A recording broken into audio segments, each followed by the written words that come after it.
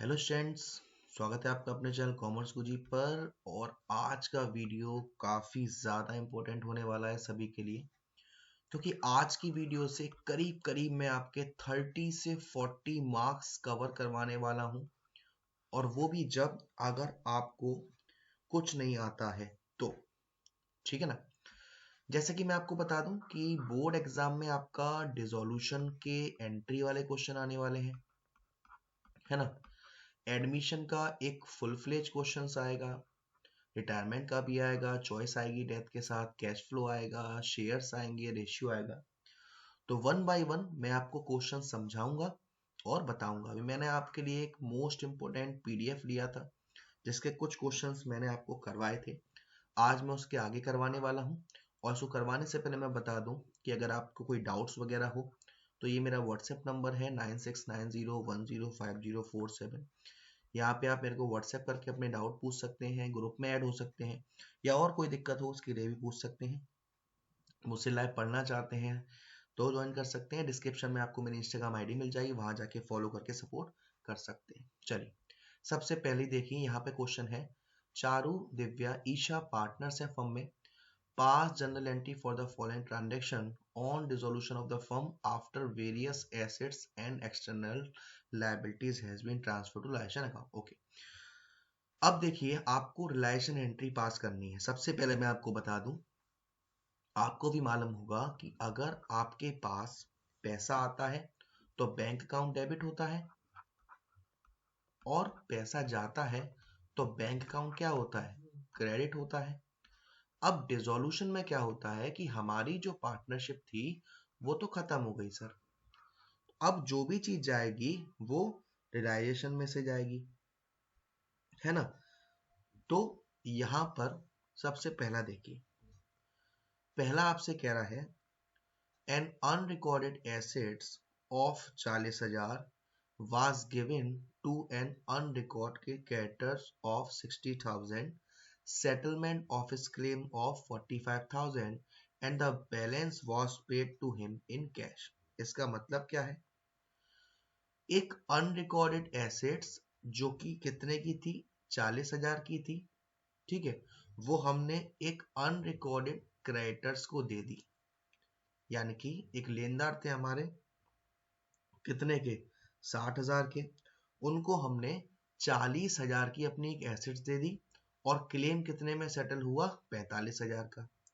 और अब जो बचा हुआ पैसा है वो हम उन्हें दे रहे हैं, यानी कि हमारे पास से पैसा जा रहा है। पैसा जा रहा है तो क्या होगा सर, बैंक अकाउंट क्रेडिट होगा। और इसमें जब भी कोई चीज आती है जाती है हम नहीं डालेंगे, हम सिर्फ क्या डालेंगे, रियलाइजेशन। यानी क्या एंट्री पास होगी, realisation account DR to bank. और पैसा कितना देना पड़ा हमें, 15,000। और अब यहां पर नरेशन क्या डालेंगे, unrecorded assets given to unrecorded creditors. अब यहां सेकंड देखिए, a motor bike which was not recorded in the books was taken over by Charu 10,000, whereas its expected value was 15,000। एक मोटर बाइक जो कि हमने रिकॉर्ड नहीं करी थी उसको चारू ने ले लिया, कितने में, 10,000 में। और उसकी एक्सपेक्टेड वैल्यू थी 15,000, यानी बेचते तो 15,000 मिल जाते, लेकिन अब कितने मिले, 40,000, है ना। तो अगर आप उसको बेचते तो हमारे पास पैसा आता, बैंक अकाउंट डेबिट करते, है ना। पार्टनर ने उसको ले लिया है तो यहां पर पैसे की जगह क्या आएगा, चारूस कैपिटल अकाउंट डीआर टू, क्या डालेंगे, रियलाइजेशन अकाउंट। और कितने में ले ली सर, 10,000 की टेक ओवर कर ली। तो 10,000 यहां और 10,000 यहां, ठीक। चलिए आगे बढ़ते हैं। थर्ड देखिए, creditor to whom the firm owned 50,000 accepted stock of 30,000 at discount of 20% and the balance in cash. Creditors जिसको 50,000 रुपए देने थे, उसने स्टॉक एसेट कर लिया 30,000 का 20% डिस्काउंट पर। इसका मतलब क्या है सर? इसका मतलब ये है कि 30,000 रुपए का जो स्टॉक है वो 20% डिस्काउंट पे लिया, यानी कि 30,000 का 20% 6,000, तो 30,000 में से 6,000 माइनस किए, यानी कि 50,000 के लिए आपने 24,000 का स्टॉक दे दिया। अब कितना पैसा बचा 50,000 में से? 26,000, जो कि आपको देना है। तो आपने पेमेंट किया, आपके पास से पैसा गया तो ये वाली एंट्री जो आपने फर्स्ट वाली करी थी, यही सेम एंट्री कर देंगे, realisation account DR to bank account. कितना? 26,000। आई होप ये तीनों एंट्री आपको क्लियर हुई होगी अच्छे से। फोर्थ देखिए, x an old customer whose account for 20,000 was written off as bad debts in the previous year paid 40% of the amount written off. X जो हमारा कस्टमर था, जिसका हमने 20,000 रुपए से बैड डेब्ट्स रख लिया था, तो 20,000 का 40% कितना हुआ? 8,000। पैसा हमारे पास आ रहा है, और पैसा आता है तो क्या करते हैं? बैंक अकाउंट डेबिट करते हैं सर। और नीचे क्या डालेंगे? To realisation. अमाउंट कितना? 20,000 का 40%, 8,000।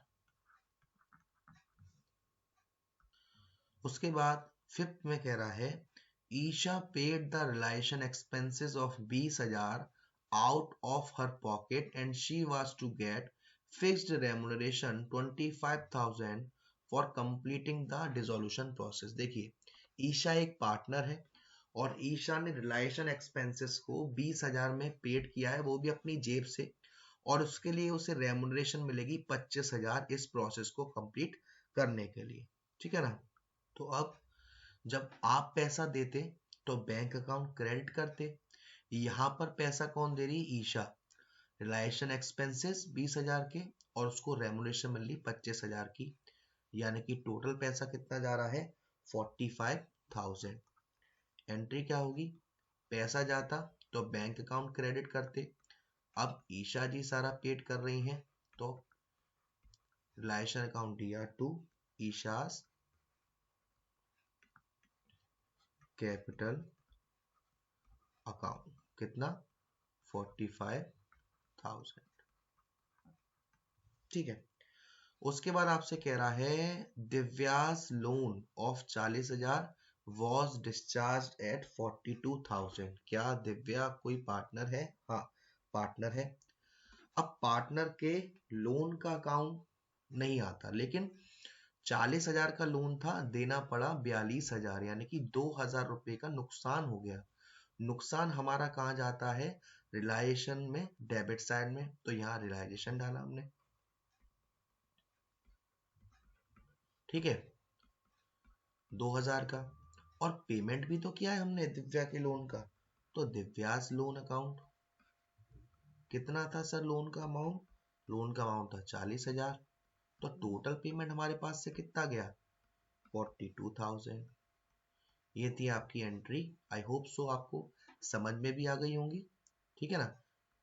अब देखते हैं क्वेश्चन नंबर 23। वैसे ये जो क्वेश्चन है वो बहुत ही बेसिक क्वेश्चन है ना? और इससे आपको थोड़ा सा क्लेरिफाई भी हो जाएगा कि क्वेश्चन में एंट्रीज कैसे करते हैं। यहाँ देखिए, पिन्योर लिमिटेड ने इनवाइटेड एप्लीकेशन 11,000 शेयर्स की है, 100 ईच है, और प्रीमियम है 10% का। एप्लीकेशन 25 का, अलॉटमेंट 40 का, फर्स्ट एंड फाइनल कॉल 35 का। एप्लीकेशन जो आई है वो 10,000 की आई, यानी कि कम की आई है, यानी कि अंडर सब्सक्रिप्शन वाला केस है, तो सारी की सारी एंट्री 10,000 से ही होगी। सारा पैसा रिसीव हो गया, लेकिन फर्स्ट एंड फाइनल कॉल का पैसा नहीं है 100 शेयर से, जो कि फॉरफिट कर दिए गए, और 60 शेयर बाद में रीशूट करें 90 पर शेयर के हिसाब से। अब इसमें हम एंट्री कैसे करेंगे? देखिए, शेयर्स में सबसे पहले एप्लीकेशंस का पैसा आता है, बाद में शेयर जाता है। और मैंने क्या बताया था, पैसा आएगा तो बैंक अकाउंट क्या होगा, डेबिट होगा सर। तो पहली एंट्री में पैसा आ रहा है तो बैंक अकाउंट डेबिट। और किसका पैसा आ रहा है, लोग हमें शेयर्स के लिए एप्लीकेशंस दे रहे हैं कि भाई हमें भी चाहिए आपकी कंपनी का शेयर्स, हमें भी चाहिए आपकी कंपनी का शेयर्स। तो कितने शेयर्स, 10,000 शेयर्स इंटू 25। तो 10,000 इंटू 25 करोगे तो अमाउंट आएगा 2.5 लाख। 2.5 लाख इधर, 2.5 लाख इधर। अब जिन्होंने हमको शेयर्स वो पैसे दिए, हम उनको क्या देंगे, शेयर्स देंगे, है ना। ठीक है ना। तो अब देखिए क्या करेंगे, नरेशन में डाल देंगे बीइंग एप्लीकेशन मनी रिसीव। दूसरी एंट्री, दूसरी एंट्री में हम जो शेयर्स की एप्लीकेशंस आई हैं उनको हम क्या देंगे, शेयर्स देंगे। तो जब हमारे पास से शेयर्स जाते हैं तो क्रेडिट में डालेंगे शेयर कैपिटल। और किसके शेयर्स जा रहे हैं, शेयर्स की जो एप्लीकेशंस आई थी। तो share application account DR to share capital, कितना अमाउंट, 2.5 लाख सर। तो ये तो एंट्री हो गई हमारी एप्लीकेशन की। एप्लीकेशन पर ही पहले पैसा आता है, बाद में शेयर जाता है, ठीक है ना। बाकी सब में पहले शेयर जाएगा, बाद में पैसा आएगा। तो अगर मैं अलॉटमेंट की बात करूंगा तो अलॉटमेंट पे क्या होगा, अलॉटमेंट में पहले शेयर जाएगा। तो शेयर जाने में एंट्री क्या होगी, share allotment account DR to share capital. लेकिन अगर क्वेश्चन की बात करी जाए तो क्वेश्चन में सिक्योरिटी प्रीमियम रिजर्व भी था, वो भी अलॉटमेंट पर। तो इसमें क्या होता है, जब भी हमें सिक्योरिटी प्रीमियम रिजर्व दे रखा होगा तो वो भी वहीं आएगा जिस एंट्री की हम शेयर्स देने वाली एंट्री करेंगे उसमें।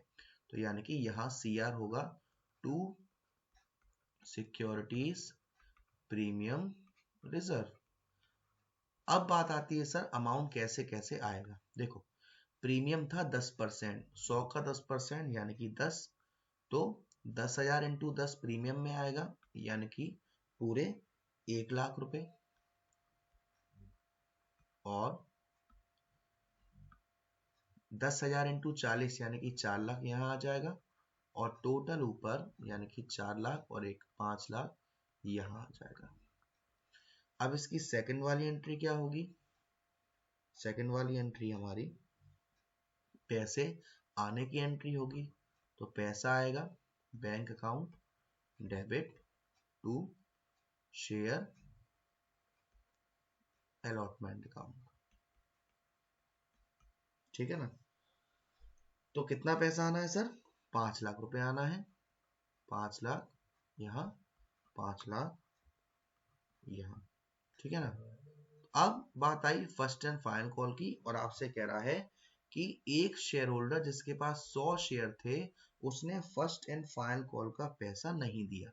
यानी कि 10,000 शेयर्स में से 100 शेयर का पैसा नहीं आया, यानी कि 9,900 शेयर का पैसा आया आपके पास फर्स्ट एंड फाइनल कॉल पर। तो ऐसे में हम क्या करेंगे, ऐसे में फर्स्ट एंड फाइनल कॉल की पहली एंट्री क्या होगी, शेयर जाने की। तो एंट्री क्या होगी, share first call account DR to share capital.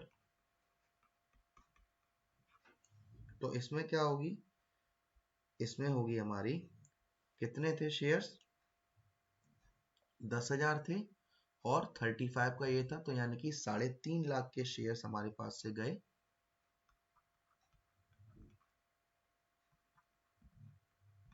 ठीक है, लेकिन पैसा आया है 9,900 शेयर्स का। तो पैसे आने की entry bank account debit to share first call या फाइनल कॉल दोनों आ जाएंगे अकाउंट। अब 9,900 इंटू 35 करोगे तो आएगा 3,46,500। ठीक है, तो इतना हो गया। अब आपसे कह रहा है कि जिनने यहाँ पे 100 शेयर्स का पैसा नहीं दिया, इनके शेयर फॉरफिटेड कर दिए गए, ठीक है, और फिर रीइश्यूड हुए 60 के हिसाब से। तो फॉरफिचर में क्या होता है, जिन लोगों को हमने शेयर दिए थे उन लोगों ने हमारे शेयर्स का पैसा नहीं दिया, जिसकी वजह से हमने उनसे शेयर्स क्या ले लिए, वापस ले लिए। अब वापस ले लिए, तो जब हम शेयर्स दे रहे थे तो हमारे पास से शेयर्स क्या हो रहे थे, जा रहे थे। अब हम जब शेयर वापस ले रहे हैं तो क्या होगा, हमारे पास शेयर वापस आएंगे, और आएंगे तो इस चीज को हम क्या करेंगे सर, डेबिट करेंगे। Shares capital account DR2। किसका पैसा नहीं दिया था उसने, share first and final call का। और 2 शेयर फॉरफिचर में वो अमाउंट आएगा जिसका पेमेंट वो कर चुका है। तो 100 शेयर और इंटू 10, सॉरी 100 शेयर इंटू 100 करेंगे तो ये हो जाएगा 10,000 शेयर कैपिटल में। फर्स्ट एंड फाइनल कॉल पे कितने का पैसा नहीं दिया, 3500 रुपये नहीं दिए, बाकी जो बैलेंस है वो आ जाएगा यहाँ 6,500। अब आपसे क्वेश्चन में कह रहा है कि जो 100 शेयर्स थे उसमें से रीशूट करे हैं 60 शेयर्स। सारे के सारे रीशूट नहीं करे, कितने करे हैं, 60 शेयर्स को रीशूट किया है। तो इस केस में हम क्या करेंगे, और वो भी करा है डिस्काउंट पर 90 पर। तो अब हमारे पास वापस से पैसा आ रहा है, तो bank account DR2 share capital, shares का पैसा आ रहा है, लेकिन डिस्काउंट पे आ रहा है। तो जब भी डिस्काउंट आता है तो हम डेबिट में शेयर फॉरफिचर डाल देते हैं, यहां शेयर फॉरफिचर। अमाउंट कैसे आएगा, 60 इंटू 100 करना था, यानी कि 6,000 आना था। 60 इंटू 90 के हिसाब से पैसा आया, तो बीच का जो 600 है वो क्या है, हमारा डिस्काउंट है। अब सर फॉरफिचर तो हमने किए थे 100 और रीशूड हो रहे हैं 60, तो यहाँ पर फॉर्मूला लगेगा कि क्या फॉर्मूला लगेगा सर, जो हमारा प्रॉफिट था शेयर फॉरफिचर पर ऊपर, नंबर ऑफ शेयर फॉरफिटेड नीचे, और नंबर ऑफ शेयर इशूड ऊपर। इसको सॉल्व करोगे तो ये आएगा 3,900, यानी कि ये अमाउंट 60 शेयर्स के हिसाब से कन्वर्ट हो गया 3,900, और 3,900 में से ये 600 माइनस किए तो कैपिटल रिजर्व में ट्रांसफर होगा 3,300। एंट्री होगी share forfeiture account DR2 share, sorry capital reserve account. अब हम करते हैं एक रिटायरमेंट का क्वेश्चन, क्योंकि रिवॉल्यूशन तो आप चाहे एडमिशन का क्वेश्चन आए या रिटायरमेंट का आपको बनाना ही पड़ेगा। बनाने से पहले मैं आपको समझा दूं, रिवॉल्यूशन अमाउंट जो अकाउंट होता है वो हमारा एक नॉमिनल नेचर का अकाउंट है। अब नॉमिनल का रूल क्या कहता था sir, debit all expenses and losses, credit all income and gains. जो भी हमारे खर्चे हैं, नुकसान है डेबिट साइड में, जो भी फायदा है इनकम है क्रेडिट साइड में। तो देखिए यहाँ पर हम एडजस्टमेंट पढ़ेंगे। पहली वाले एडजस्टमेंट का यहाँ पर रिवॉल्यूशन में कुछ नहीं होगा। दूसरी वाली एडजस्टमेंट कह रहा है land and building was found under valued bye 10% और stock is found over valued bye 20%। यानी कि यहाँ पर जो आपको ये लैंड एंड बिल्डिंग की वैल्यू दिख रही है, ये 10% कम दे रखी है किसी चीज का। यानी कि अगर ये 100% होता तो 10% कम है, तो ये किसी चीज का कितना परसेंट है, 90%। और हमें इसका कितना परसेंट निकालना है सर, 100% निकालना है। तो 100/90 कर देंगे, क्योंकि ये 10% कम है। सॉल्व करेंगे तो सॉल्व करके आएगा 5 लाख, यानी कि 5 लाख होनी चाहिए थी, है 4.5 लाख। तो 50,000 से हम क्या करेंगे, इसे बढ़ाएंगे, और 50,000 से बढ़ाएंगे तो ये हमारे लिए क्या है, एक फायदा दे रखा है।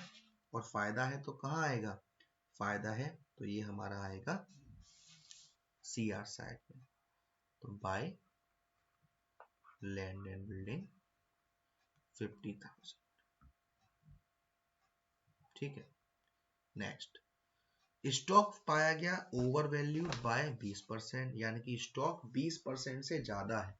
तो स्टॉक जो ये आपको 1,80,000 दे रखा है, ये किसी चीज का 20% ज्यादा है, यानी कि ये टोटल 120% है। हमें निकालना है 100%। तो 1,80,000 इंटू 100 डिवाइडेड बाई 120। तो ये सॉल्व करोगे तो ये आएगा 1.5 लाख, यानी कि 1.5 लाख होना चाहिए था।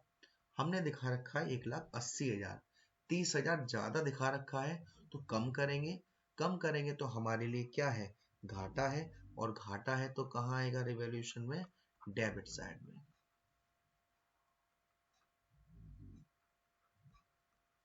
उसके बाद मशीनरी डिक्रीज हो गई 50,000 तक। पहले थी 1.5 लाख, अब 50,000 तक डिक्रीज हो गई, यानी 1 लाख कम हो गई। एसेट्स कम होगी, हमारे लिए नुकसान है। और नुकसान है तो कहाँ आएगा, डेबिट साइड, 1 लाख से। उसके बाद 25% of general reserve was to be kept as provision for doubtful debts. तो इसका यहाँ पर कोई ट्रीटमेंट नहीं है। मोटर बाइक जो 20,000 जिसकी वैल्यू थी वो अनरिकॉर्डेड है, यानी 20,000 की एसेट्स आपके पास अनरिकॉर्डेड है। अब अनरिकॉर्डेड है, 20,000 की एसेट अचानक से मिल गई तो हमको फायदा होगा। और फायदा होगा तो कहाँ डालेंगे, सीआर में, बाय मोटर बाइक 20,000। अब इसको सॉल्व करेंगे तो यहाँ का 1,30,000 है डेबिट साइड का, और सीआर साइड का है 70,000, यानी कि 60,000 का हमें क्या हो गया, लॉस हो गया। इस लॉस को हम पार्टनर्स में, एबीसी में, उनका रेशियो कितना है, 3:1 में बांट देंगे। तो ये हो जाएगा ए बी सी और 3:1, यानी कि 30,000, 20,000 और 10,000। ये हो जाएगा यहाँ पर 60,000। ठीक है ना। तो आज की वीडियो में इतना ही। अगली वीडियो में मैं आपको और इम्पोर्टेंट क्वेश्चंस, कंसेप्ट समझाऊंगा। बस आप ऐसे ही वीडियो देखिएगा, सपोर्ट करेगा। वीडियो पसंद आई हो तो प्लीज वीडियो को लाइक जरूर करेगा, शेयर जरूर करेगा। अब तक चैनल को सब्सक्राइब नहीं किया है तो प्लीज सब्सक्राइब कर दीजिएगा। Thank you so much, love you all.